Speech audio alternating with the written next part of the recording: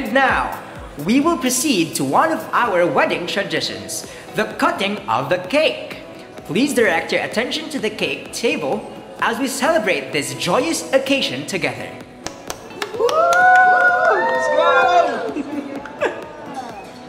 Mahal, sobra akong happy ngayon. I love you. Mahal din kita, Karen. Simula ngayon, magkasama na tayo sa lahat. Ay! Babe, grabe ka naman. Sabi ko nga ayoko ng ganito. Ay nako, huwag ka masyadong magreklamo. Di ba ang saya-saya? Tawang-tawa nga ang mga bisita mo. Oo nga, pero nasira yung hair at makeup ko. Tapos, basa pang damit ko. Relax ka lang, babe. Huwag kang KJ. At saka, kahit puno ka ng cake, ang ganda mo pa rin. Jonel, sinabi ko na sa'yo na ayaw ko ng ganitong biro eh. Picture po, please. Smile, babe. 3, 2, 1. Smile.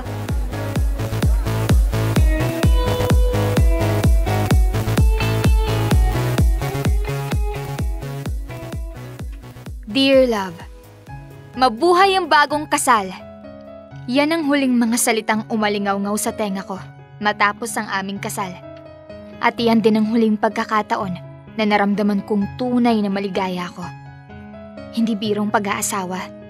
Tulad ng sinasabi ng matatanda, hindi ito parang mainit na kanin na kapag napaso ka, iluluwa mo lang.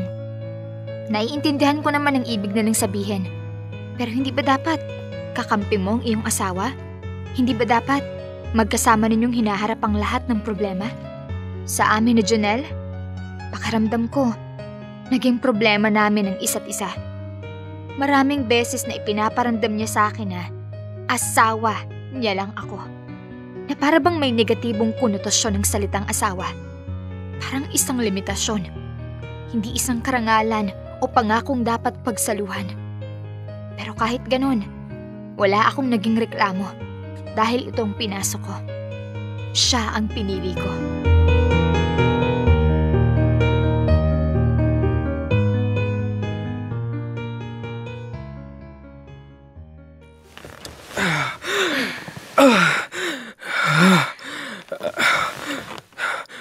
Sa susunod, babe. Ikaw naman ang gumalaw, ha? Medyo hinihingal na ako dito, eh. Pasensya na, babe. Pagod lang talaga ako sa trabaho lately. Okay lang. Pero Karen, naisip ko lang, baka kaya hindi tayo makabuo kasi palagi kang pagod sa trabaho. Baka naman, oras na para mag-relax ka muna. Mahirap makabuo kapag bugbog ang katawan. Okay lang ba sa'yo na ako na lang ang mag-resign? Ikaw pa rin ang magtatrabaho? Wala naman tayong choice eh. Pero, totoo lang, tagal na nating sinusubukan. Pero, wala pa rin. Baka, baog ka? Paano kung ganun, babe? Hindi ko alam, Karen. May konting pagsisisi ako. Na sana, sinubukan muna natin bago kita pinakasalan. Kailangan lang nating magpaka-positive, babe. Sige, magre-resign na ako sa trabaho para makabuo na tayo. Sige, maghahanda na ako papasok. Pagdating ko, sana may ulam na, ha? At nalabhan na rin mga damit ko para pumasok. Oo, alam ko na ang gagawin. Siguraduhin mo yan, ha? Ayokong umiinit ang ulo ko. At ayaw mo rin yan, di ba? Wala namang may gusto niyan, Jonel. Huwag mo na rin lulutuin yung adobo. Sobrang alat kasi. Ganun ba? Oo, para akong gusto mong magkasakit sa bato. Baka naparami lang ng toyo. Tsaka, isang beses pa lang naman ako nagluto ng adobo. Yun na nga eh. Akala ko marunong ka magluto. Dapat alam mo na yun, Karen. Basic. Sige, susubukan ko na lang yung ibang putahe. Siya, maliligo na ako.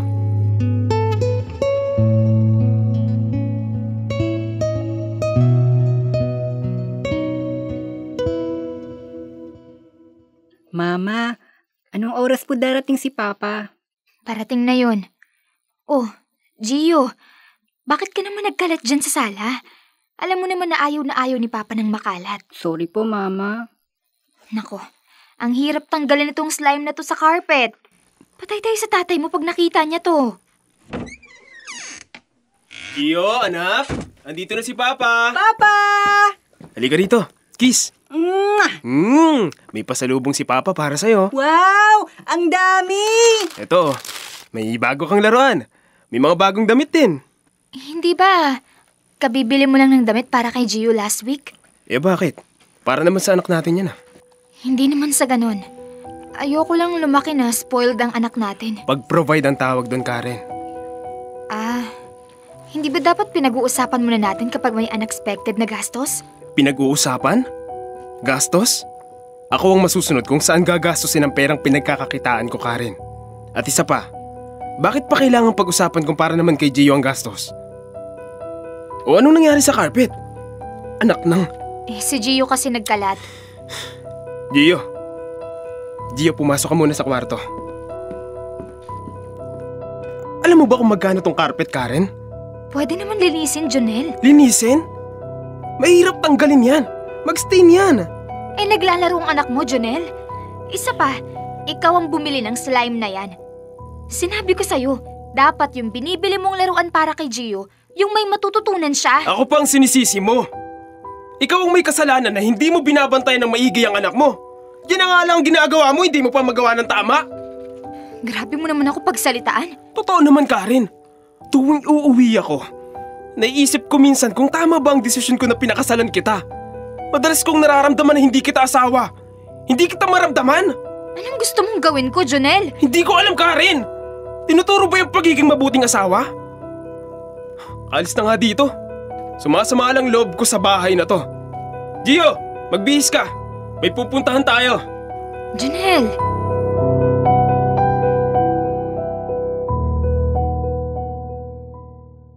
Nasaan na ba yun? Karen! Ano yon? Anong kailangan mo? Nasaan na yung color block kong polo? Ay, hindi ko pa nalabhan. Ngayong araw pa lang ako maglalaba. Ang bihira naman oh. Kailangan ko yun ngayon eh. Hindi mo naman ako inabisuhan. Sana naiwalay ko na kagabi. Lang yung buhay talaga to. Ibigyan ka na lang ng asawa, wala pang silbi. Ano ngayon ang gagamitin ko papasok, Karen? May mga polo ka pa naman dyan, babe. Isa pa, hindi naman yun uniform, di ba? Kahit ano pwede mong isuot. Mamarunong ka pa. Eh, nang gusto kong suotin eh. Lintik naman oh. Plantsahin mo na tong puti kong polo.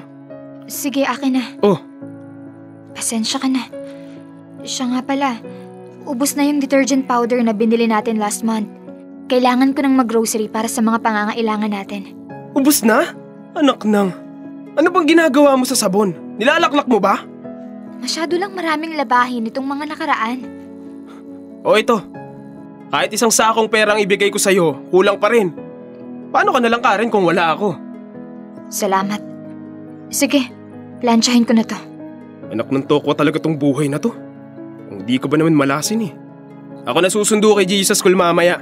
Nakakahiya naman kasi sa'yo.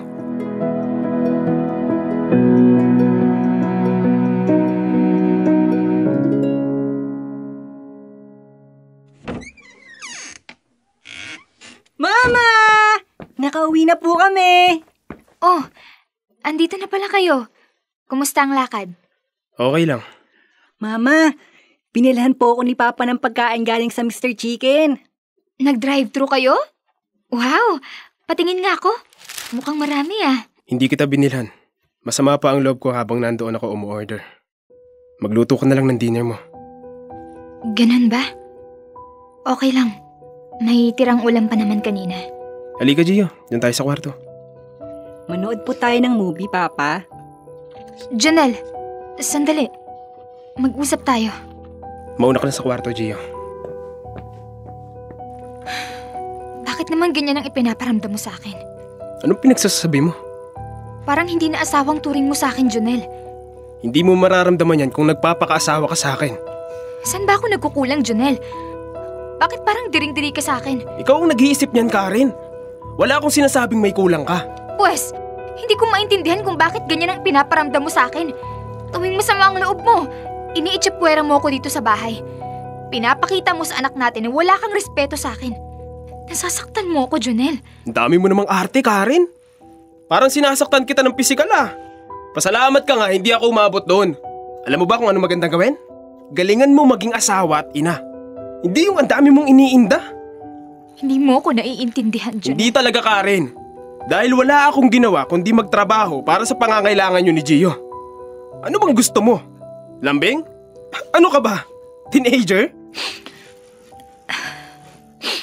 Ay nako, tigilan mo na tong mga arte mo. Sa totoo lang, ang gagawin mo lang dito sa bahay, maglaba, magluto, maghugas ng plato at mag-alaga kay Gio. Parang mas ikaw pa ang malaki ang pangangailangan sa ating dalawa. Mahal mo pa ba ako, Jonel?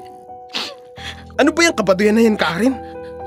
Ikaw, dapat tinatanggal mo na yung kaartihan na yan, lalo't nag-asawa ka na. May anak ka na. Tapos ka na ba? Ano bang ikinakasama ng loob mo? Hindi kita in-orderan? Psh, yun lang pala. O eto na, sa'yo na tong in-order ko. Para hindi ka na nagdadrama dyan.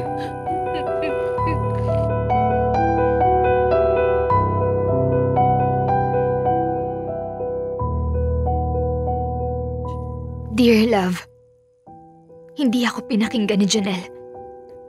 Baka nga ito talagang ugali niya at kailangan kong pangatawanan ang desisyon kong tinanggap ko siya bilang asawa. Tinanggap ko na lang ang sitwasyon namin dahil pinili ko to. Ako ang pumili. Naguguluhan ako dahil totoo namang responsable si Jonel sa pamilya namin. Pero isinantabi ko ang nararamdaman kong sakit. Hindi para sa sarili ko, kundi para kay Gio. Gusto kong lumaki siyang buo ang pamilya, kahit na may mga sugat na sa pagitan namin. Hindi ko alam kung normal ba tong pinagdadaanan naming mag-asawa. Pero umaasa pa rin ako. Umaasa akong magbabago si Jonel. Kahit hindi man ngayon. Baka bukas. O sa mga susunod na araw. Sa ngayon, tinatatagan ko na lang ang sarili ko. Hindi para kay Jonel, kundi para kay Gio.